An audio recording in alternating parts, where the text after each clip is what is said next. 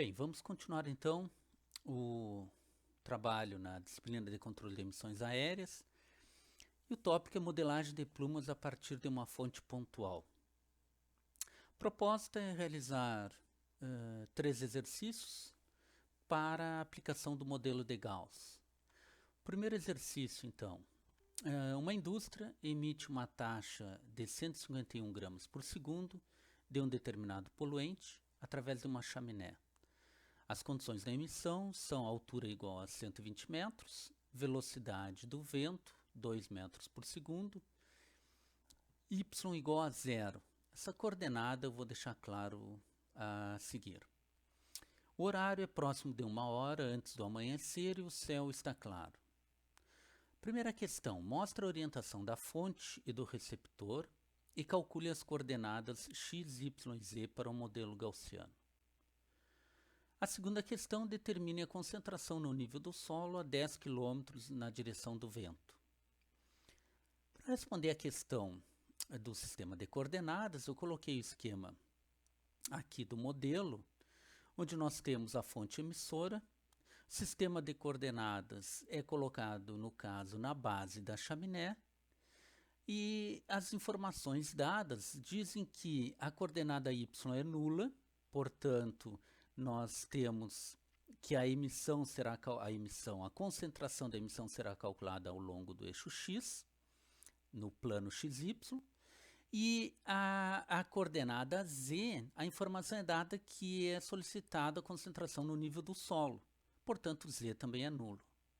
Podemos ter como um possível ponto para a medida este que aparece ao longo do eixo x, x00, desde que x corresponda aos 10 km. É claro que podem existir outros pontos onde o modelo prevê a concentração, que podem ser coordenadas como x menos y e z, ou x menos y e zero, e ainda ao longo da direção positiva do y, perdão. Vamos então à aplicação do modelo. A equação já trabalhamos, conhecida a equação. As etapas de 1 a 6, vou explicá-las na sequência.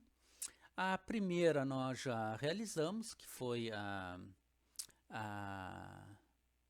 o conhecimento da orientação da fonte emissora, né, e a localização do receptor. A segunda etapa é necessário o conhecimento da taxa de emissão do poluente, que foi fornecido no exercício, é massa do poluente pelo tempo. Ressalto que não é a vazão da chaminé, isso é importante, já foi colocado anteriormente. É necessário para o cálculo dos coeficientes de dispersão a verificação da classe ou da categoria da estabilidade da atmosfera. Essa estabilidade vai permitir uma maior ou menor dispersão da emissão. Para isso, nós temos pelo menos algumas etapas a serem cumpridas. A primeira delas é a classificação propriamente dito. Então, estabelecer uma classificação. Pasquill propôs uma classificação que eu apresento a seguir. Essa classificação se divide em 6 possíveis estabilidades, A, B, C, D, E e F. Lembrando que um caráter instável permite uma boa mistura vertical e uma satisfatória e dispersão dos poluentes. Já uma estabilidade, uma característica estável da atmosfera ou até mesmo a inversão não são favoráveis à dispersão. Esses tópicos, claro que nós já analisamos anteriormente e eu, no caso, sugiro uma revisão do tópico de termodinâmica da atmosfera envolvendo o conhecimento da adiabática seca e a adiabática saturada. Bem, então Pasquill ele propõe essa classificação e a classificação ela depende da velocidade do vento, do conhecimento da radiação solar e também da fração de cobertura de nuvens.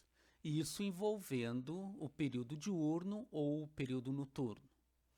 Para o caso do exercício proposto, a classificação é uma classificação F, uma estabilidade da atmosfera moderada. Bem, a partir então da classe de estabilidade, nós temos a etapa 4, poderia ser dito dessa maneira, o conhecimento da velocidade, também fornecido no exercício. A partir daí, temos a necessidade de calcular os coeficientes de dispersão horizontal e vertical, dado por sigma y e sigma z. Esses valores eles podem ser calculados matematicamente através de equacionamento. Porém, aqui eu vou utilizar um gráfico para o cálculo desses coeficientes. Nós temos no eixo da abscissa a distância a partir da fonte emissora. No nosso caso, 10.000 metros. Vamos até a curva que representa a estabilidade da atmosfera, que já obtivemos anteriormente pela classificação de Pasquill, que é a classe F, e com isso lemos na ordenada o sigma y, que é o coeficiente de dispersão horizontal. O mesmo procedimento é realizado para o coeficiente de dispersão vertical sigma z. O sigma y é o horizontal. Muito bem.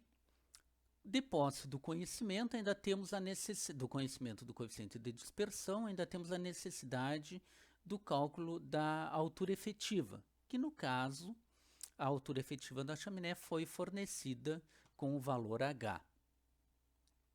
Bem, finalmente então, aplicando a equação do modelo com as simplificações, nós temos estabelecida as variáveis e os parâmetros necessários para o cálculo da concentração na posição do receptor. Vou explicar aqui rapidamente como que se dá essa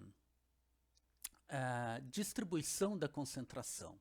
Então nós temos a chaminé, teremos a dispersão horizontal, no caso aqui está representada a dispersão vertical, e a concentração, então, que nós vamos determinar por esta equação. No caso aqui estão representadas duas equações, mas a segunda é uma simplificação da primeira, né? Apenas associamos dois termos exponenciais aqui. Então, no nível do solo, numa determinada posição, nós podemos aplicar a equação e então obter o cálculo da concentração que um receptor estará exposto quando uma fonte emitir uma determinada quantidade do poluente num determinado tempo. Estabelecida a equação, então, vamos ao cálculo. A classe de estabilidade é F, a dispersão horizontal e vertical foram obtidas nos gráficos, e com isso a concentração, nós substituímos os valores e nós temos a concentração de 151,9 micrograma por metro cúbico. Eu encorajo que seja feito o cálculo por cada um que está assistindo o vídeo para uma melhor análise e conhecimento para a realização do problema. Vamos ao segundo exercício. Esse exercício também nós temos uma fonte emissora aqui, uma fábrica, temos uma altura efetiva da chaminé, velocidade e também os receptores localizados a 500 metros. O poluente é o SO2, dióxido de enxofre, emitido uma taxa de 160 gramas por segundo e a altura efetiva da chaminé é de 60 metros. A velocidade do vento na altura da chaminé é de 6 metros por segundo e a classe de estabilidade é D. O que é solicitado? Determinar a concentração no nível do solo ao longo da linha central a uma distância de 500 metros da chaminé em micrograma por metro cúbico. Então, as coordenadas são semelhantes às anteriores, ao do exercício anterior, apenas a distância agora é de 500 metros a partir da fonte emissora. A letra B pede o seguinte: determine a posição na direção do vento sobre a linha central. Então, exatamente,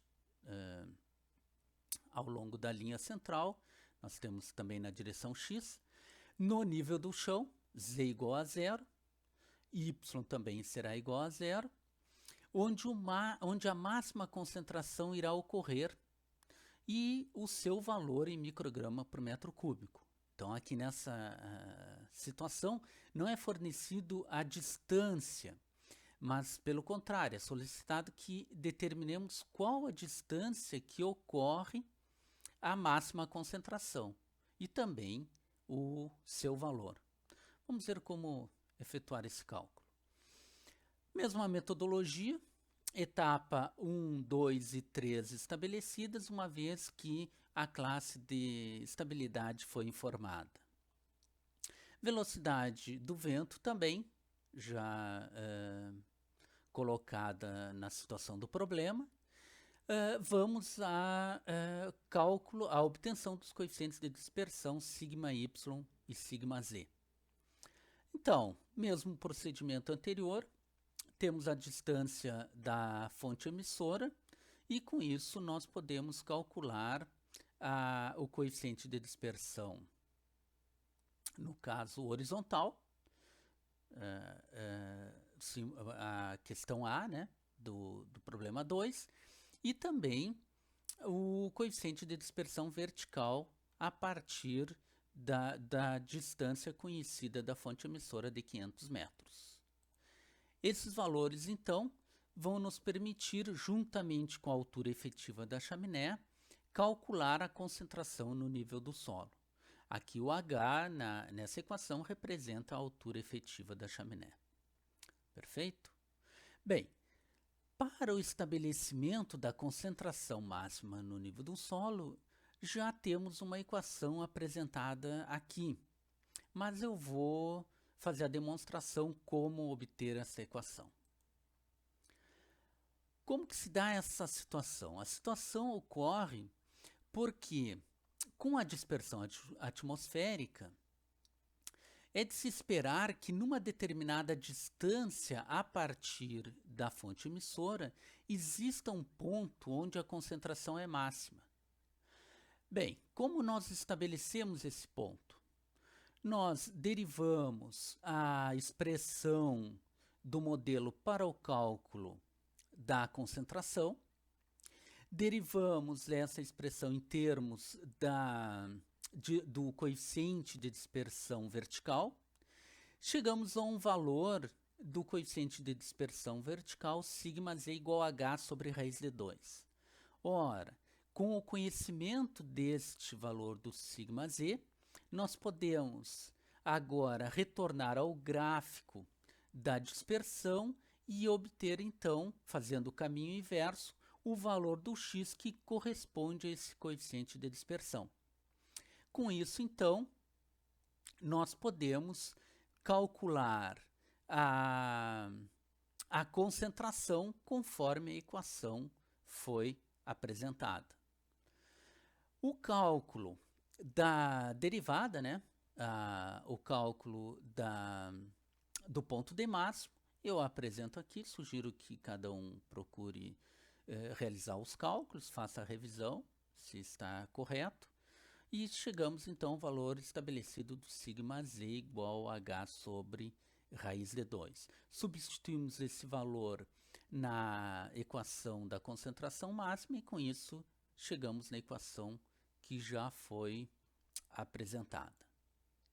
Muito bem, então, para a letra A, classe de estabilidade D, sigma y e sigma z 35 e 20 metros, a concentração a 500 metros, com estes coeficientes de dispersão e também com essa taxa de emissão, dada em micrograma por metro cúbico, é de 134,7.